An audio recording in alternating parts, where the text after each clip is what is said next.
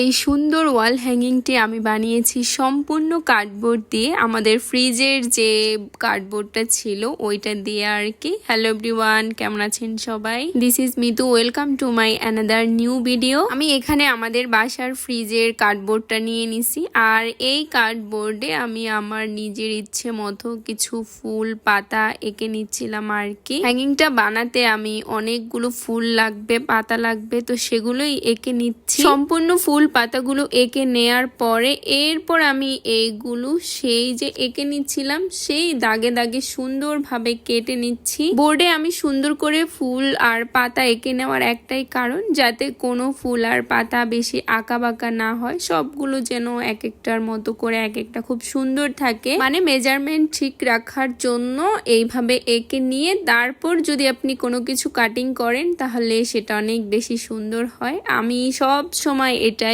করি যে কোনো কিছু তৈরির ক্ষেত্রে। এইটা হলো আমার হ্যাঙ্গিং বানানোর সব থেকে কষ্টের পার্ট, কারণ এই কাজটা করতে অনেক ঘন্টা সময় লেগে গেছিল। বোর্ডের দুই পাশে খুব সুন্দর ফ্ল্যাট থাকে আর মাঝখানে এরকম টুইস্টিং থাকে, তো সেই টুইস্টগুলো বের করার জন্যই আমি উপর থেকে একটা লেয়ার সুন্দরভাবে উঠিয়ে নিচ্ছিলাম। ভিডিওতে দেখা যাচ্ছে যে এই লেয়ারগুলো উঠিয়ে নিচ্ছি, কিন্তু এটা এতটাও ইজি ছিল না। প্রত্যেকটা ফুল আর পাতা থেকে এই যে কার্ডবোর্ডের উপরের লেয়ারটা উঠাতে গিয়ে আমার অবস্থা খুব খারাপ হয়ে গেছে আর অনেক সময় লেগেছে। ওয়াল হ্যাঙ্গিংটা বানাতে যতটা না সময় লেগেছে তার সব থেকে বেশি সময় লেগেছে এই যে এই কাজটা করতে। সব থেকে কষ্টের কাজ শেষ করে আমি শুরু করে দিলাম রং করা। তো রং করাটা অনেকটাই ভালো লাগতেছিল, সময়ও কম লেগেছিল, যেহেতু আমি এটা ওটাতে রং করি, তো রং করাতে আমার অভ্যাস আছে, সেই কারণে আর বেশি সমস্যা হয়নি। তো সেই কারণে পাতাগুলোতে হচ্ছে গ্রিন কালার করে নিচ্ছি।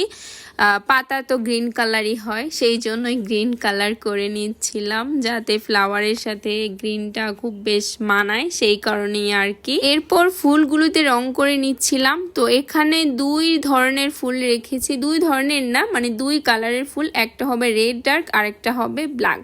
এই দুই কালারেরই ছোট বড় আর কি। ফুলগুলোতে কালার করার পরে এগুলো একটু হোয়াইট কালার দিয়ে আমি হাইলাইট করে নিচ্ছিলাম। দেন এগুলো হচ্ছে আরেকটা বোর্ডের উপরে সুন্দর করে এই যে সাজিয়ে আগে দেখছিলাম যে কিরকম লাগে। সাজিয়ে দেখার পরে এই যে ফুলগুলো পাতাগুলো সুন্দরভাবে আমি আঠার মাধ্যমে বসিয়ে নিছিলাম। এটা করতেও বেশ সময় লাগছিল, কারণ আঠা একটার পর একটা দিয়ে একটু সুন্দরভাবে চেপে ধরে রাখছিলাম আর কি। এই তো হ্যাঙ্গিংটা কমপ্লিট করার পরে সোফার পিছনে সুন্দরভাবে হ্যাং করে দিলাম। ওয়াল হ্যাঙ্গিংটা কেমন হয়েছে সবাই আমাকে জানাবেন। সবাই ভালো থাকবেন, সুস্থ থাকবেন। আজকের মতো টাটা।